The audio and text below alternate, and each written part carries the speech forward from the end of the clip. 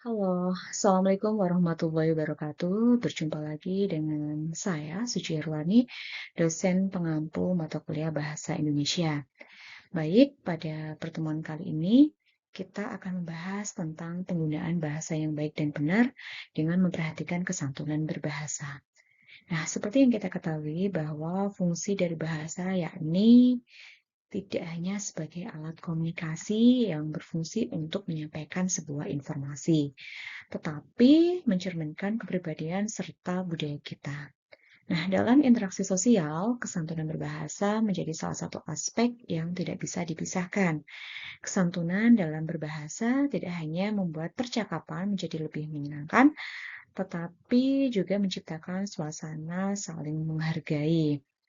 Dengan memahami dan menerapkan kaidah-kaidah bahasa yang baik, kita dapat menjalin hubungan yang lebih baik dengan orang lain. Mari kita bereksplorasi bersama bagaimana cara berbahasa yang baik dan benar, serta pentingnya kesantunan dalam setiap kata yang kita ucapkan. Ada 3 pokok pembahasan terkait dengan materi penggunaan bahasa yang baik dan benar. Yang pertama, yakni definisi. Yang kedua adalah bahasa lisan yang baik dan benar. Serta yang ketiga, bahasa tulis baik dan benar. Nah, mari kita kupas satu persatu terkait dengan 3 bahasan ini. Oke teman-teman, sebelum kita membahas lebih jauh mengenai apa itu penggunaan bahasa yang baik dan benar, sebelumnya saya meminta teman-teman untuk mengamati dua gambar ini.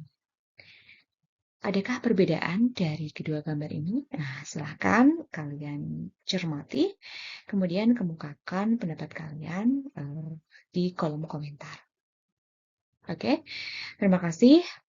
Betul sekali ya, dua gambar ini jelas sekali perbedaannya ya. Yang pertama, di sini ada situasi perkuliahan ya.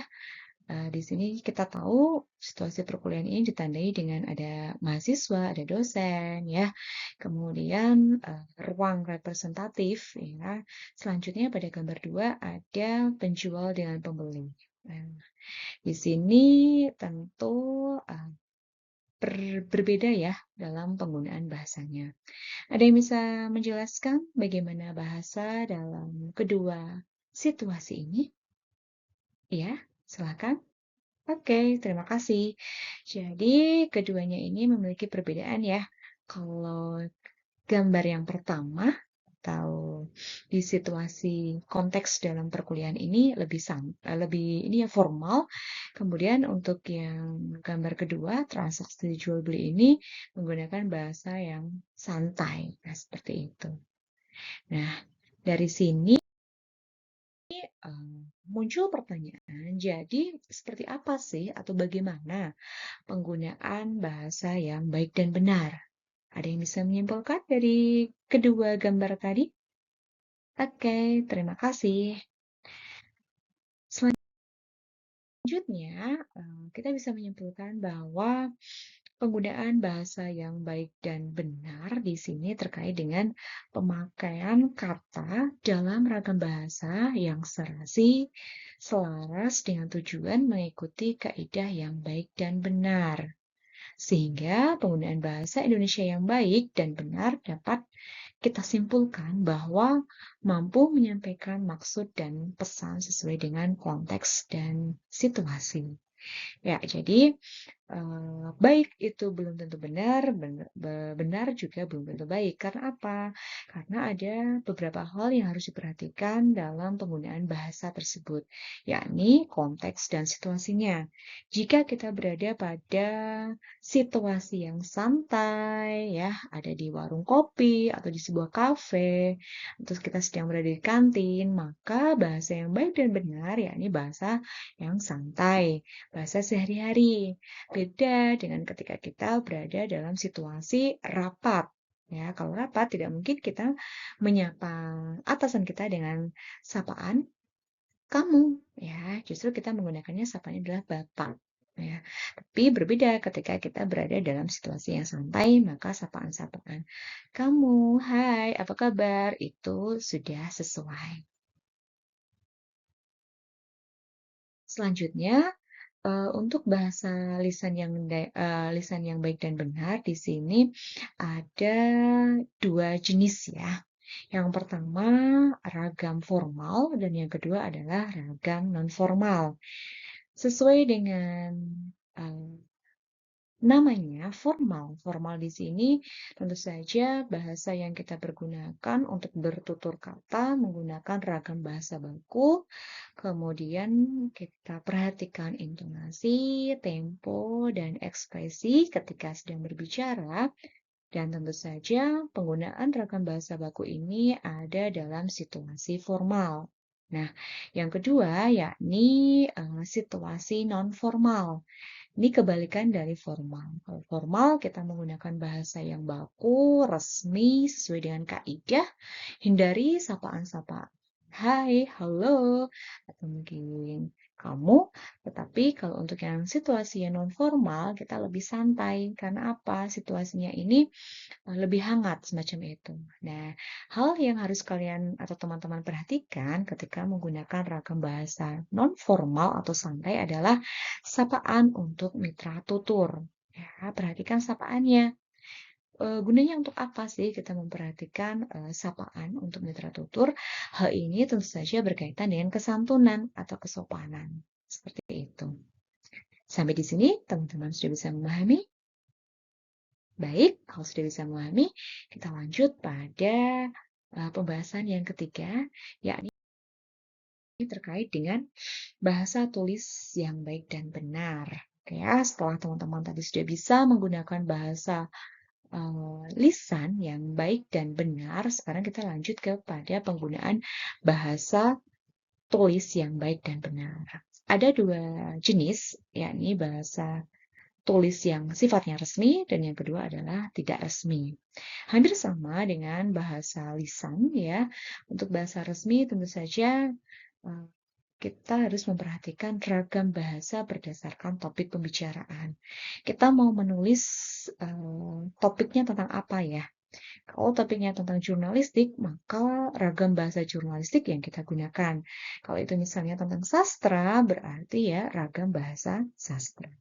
Begitu juga dengan jenis yang kedua, yakni bahasa tulis yang sifatnya tidak resmi. Di sini untuk penulisannya tentu saja tidak ada kaidah yang pakem ya.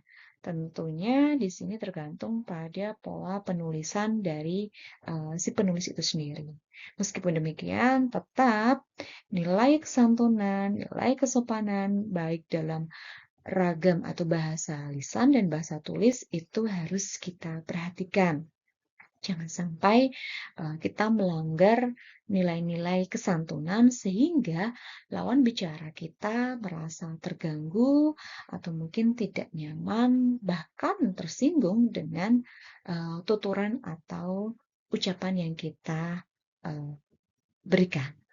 Oke, selanjutnya, oke, kita sudah sampai pada aktivitas individu. Nah, di sini teman-teman saya minta untuk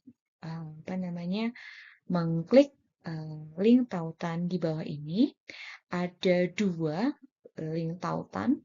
Tentu saja ini berbeda ya antara link tautan yang pertama dengan link tautan yang kedua. Oke ya, ini yang pertama. Kemudian dan ini adalah link tautan yang kedua. Nah, di sini teman-teman saya minta untuk mendengarkan ya kedua tautan berikut ini. Selanjutnya saya minta teman-teman untuk menganalisis bagaimana penggunaan bahasa pada kedua tayangan tersebut. Ya, kemudian silahkan dicermati untuk link yang pertama ini, karena ini lisan ya, jadi ini maksudnya adalah situasi yang formal ataukah yang tidak formal. Kemudian kemukakan pula bagaimana isi dari masing-masing pembicaraan tersebut. Oke, ini silahkan teman-teman kerjakan tugas mandiri, kemudian kita bahas pada pertemuan selanjutnya. Oke, terima kasih. Sekian materi yang bisa dapat saya sampaikan. Perbanyaklah membaca, karena membaca merupakan jendela dunia. Jangan puas dengan hari ini, ya.